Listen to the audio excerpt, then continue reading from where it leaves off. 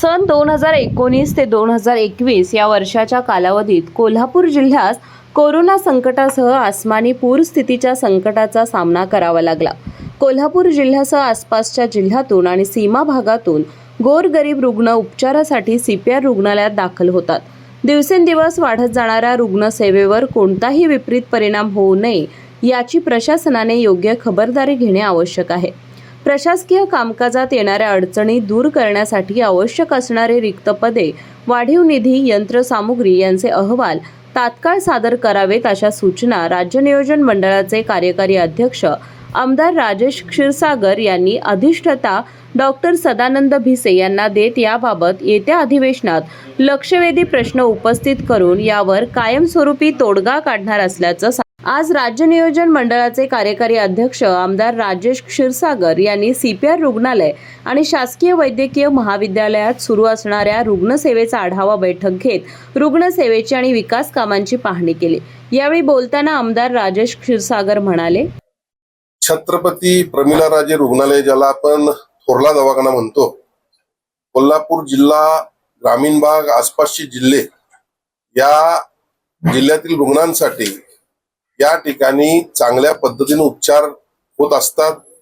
आपल्याला माहित आहे, कोरोनाच्या काळामध्ये या छत्रपती प्रमिलाराजे रुग्णालयातील डॉक्टर्सनी अतिशय सुंदर काम केलं। अनेक प्रायव्हेट हॉस्पिटल फेल गेले, पण या ठिकाणी जास्तीत जास्त जीव वाचवण्याचं कोणी काम केलं तर मी तर म्हणेन महाराष्ट्रात या हॉस्पिटलने केलं। या हॉस्पिटलमध्ये नेहमीच मी आढावा घेत असतो। वारंवार कर्मचाऱ्यांचे प्रश्न असतील, रिक्त पदं असतील, या ठिकाणी मशिनरीचे काही उपलब्धता असेल, ट्रॉमा केअर सेंटर असेल, त्याचबरोबर CVTC विभाग असेल आणि या ठिकाणच्या दुरुस्त्या असतील, या ठिकाणच्या अनेक समस्या असतील, याविषयी वारंवार या ठिकाणी आढावा बैठक मी घेत असतो। त्याच पद्धतीने आज या ठिकाणी आढावा बैठक घेत असताना विविध ज्या काही गोष्टी आहेत, जे विषय आहेत, या संदर्भात या ठिकाणी आढावा घेतला।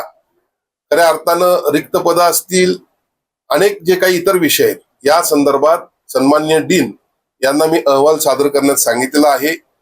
ज्या काही गोष्टी या ठिकाणी कमतरता असतील, कमी पडत असतील, तर निश्चितपणे येणाऱ्या अधिवेशनामध्ये विधानसभेमध्ये याविषयी लक्षवेधी दाखल करून छत्रपती प्रमिलाराजे रुग्णालयाच्या माध्यमातून कोल्हापूर जिल्हा आणि आसपासच्या जिल्ह्यातील रुग्णांना योग्य सेवा मिळण्याच्या दृष्टीनं माझा निश्चितपणे प्रयत्न राहील।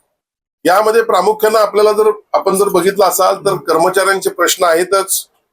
या ठिकाणी छोटे मोठे अनेक प्रश्न आहेत, पण रुग्णांना सेवा मिळण्याच्या दृष्टीनं ज्या काही मशिनरी असतील, डॉक्टर्स असतील, रिक्त पदं असतील, प्रोफेसर्स, असोसिएट प्रोफेसर्सची रिक्त पदं आहेत, याबरोबर इथली स्वच्छता असेल, म्हणजे एकंदरीत रुग्ण या ठिकाणी आल्यानंतर बरा होऊन गेला पाहिजे, हे जे करणं शक्य आहे किंवा करणं गरजेचं आहे, यासाठी या ठिकाणी आढावा बैठक झाली।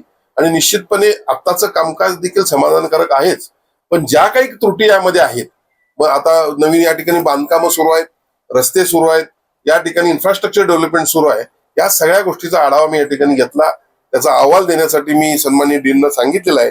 यामध्ये जास्तीत जास्त सुधारणा करण्याच्या दृष्टीने आमचा प्रयत्न आहे। बघा, काय असतं की काही अधिकाऱ्यांना नियमांची माहिती नसती। खरं म्हणजे मी तर असं म्हणेन की छत्रपती प्रमिलाराजे रुग्णालय हा शहराचा लोड घेणार आमची ही संस्था आहे। आपल्या महानगरपालिकेचा एक तरी दवाखाना सुस्थितीत आहे का? नाही। महापालिकेची जबाबदारी असती आपल्या क्षेत्रातील सर्व नागरिकांना आरोग्य सेवा त्यांनी पुरवायची असते, पण छत्रपती प्रमिलाराजे रुग्णालयामध्ये इतर ह्या सगळ्या महानगरपालिकेचा सगळा लोड या ठिकाणी CPR मध्ये आहे। आणि मग असं असताना त्यांनी विचार केला पाहिजे की या ठिकाणी या प्रिमायसिस मध्ये जास्तीत जास्त सेवा महापालिकेपासून कडून दिली गेली पाहिजे। आणि म्हणून मी आता आयुक्तांशी देखील बोललो की या ठिकाणी अशा पद्धतीनं काम होणं चुकीचं आहे। या ठिकाणी पाण्याचं जे कनेक्शन त्यांनी दिलेलं आहे ते देखील कमर्शियल दर आकारला जातो, हा देखील रेसिडेन्शियल जो राज्यामध्ये इतर ठिकाणी आकारला जातो त्या पद्धतीने आकारला गेला पाहिजे, अशा देखील सूचना दिलेल्या आहेत। या बैठकीस नगरसेवक ऋतुराज क्षीरसागर, जिल्हा शल्य चिकित्सक डॉक्टर सरिता थोरात, वैद्यकीय अधीक्षक मदने, कान घसा विभाग प्रमुख डॉक्टर अजित लोकरे आदी उपस्थित होते।